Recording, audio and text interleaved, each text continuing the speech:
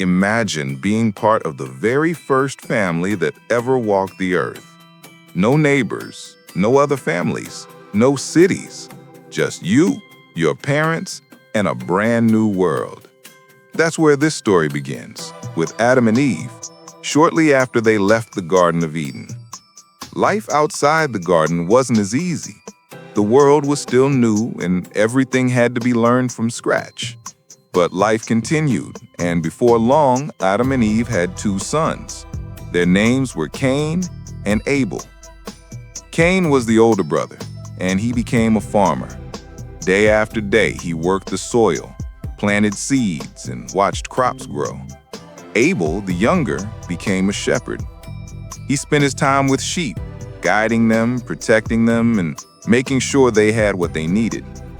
Even though they were brothers, they lived very different kinds of lives. Their daily routines weren't the same, but both of them worked hard and both wanted to honor God. One day, they each prepared an offering. Cain brought produce from the ground, the crops he had grown. Abel chose something different. He offered the very best of his flock, the firstborn of his sheep, something precious and valuable.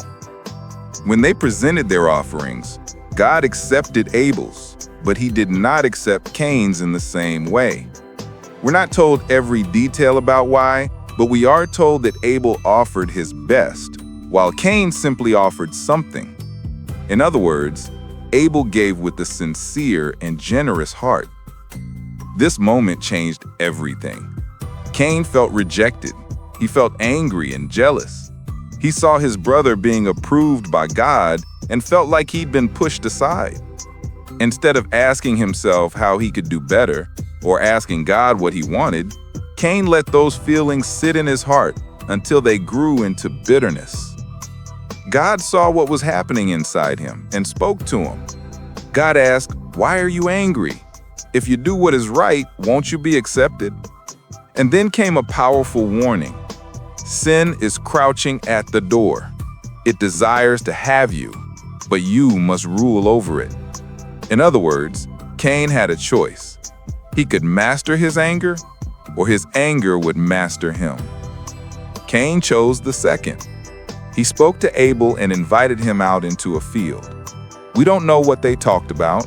We don't know if Abel suspected anything. But in that quiet field, Cain attacked his own brother.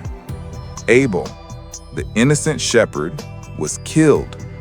It's a terrible moment, and it's the first recorded murder in human history. The first brothers on earth, and already jealousy had turned into violence. Later, God called out to Cain and asked, "Where is your brother Abel?" Cain responded with the line that has become famous, "Am I my brother's keeper?" Instead of confessing, he denied responsibility. But God already knew what had happened, and he said something haunting. "Your brother's blood cries out to me from the ground." Nothing is hidden from God, not even the things we hope nobody ever discovers. God told Cain that because of what he had done, the ground he worked so hard to farm would no longer respond to him. He would become restless, moving from place to place. Cain panicked. He feared being alone and unprotected. But even in that moment, God showed mercy. God placed a mark on Cain, not as punishment, but as protection. It was a sign that no one should harm him. Even in judgment, God still offered grace. Cain left his family and lived far from them, starting a new life in another place. It's a sad ending, especially for a family that was supposed to start humanity together. But this story isn't just about the first murder. It's about human emotion, anger, jealousy, comparison, and the decisions we make when we let our feelings take over. Many of us can relate to this story more than we first realize. Maybe we felt overlooked or frustrated or jealous of someone who seems more appreciated. We may not act like Cain, but the emotions are familiar. One of the biggest messages here is that God looks at the heart. Abel gave his best. Cain didn't. And God responded to the sincerity, not the appearance. Another important message is responsibility. When Cain asked, "Am I my brother's keeper?" the truth is that God always intended humans to care for one another. We aren't meant to ignore each other. We're not supposed to pretend someone else's needs don't matter. The Bible answers Cain's question throughout its pages. Yes, we are meant to be our brother's keeper. This story also reminds us that sin doesn't begin with action. It begins inside us, quietly, slowly, like something waiting at the door. God warned Cain, but Cain ignored the warning. That's something we can all take seriously in our own lives. When we feel jealousy, resentment, or anger growing inside us, we can choose to face it honestly and ask God for help rather than letting it control us. And finally, even when God disciplines, He also shows mercy. Cain faced the consequences of his actions, but God didn't abandon him. There was judgment, but also protection. That tells us something important about God's character. So, when you think about this story, ask yourself a few questions. What do I give to God? My leftovers or my best? How do I treat the people around me? Do I care for them or do I look away?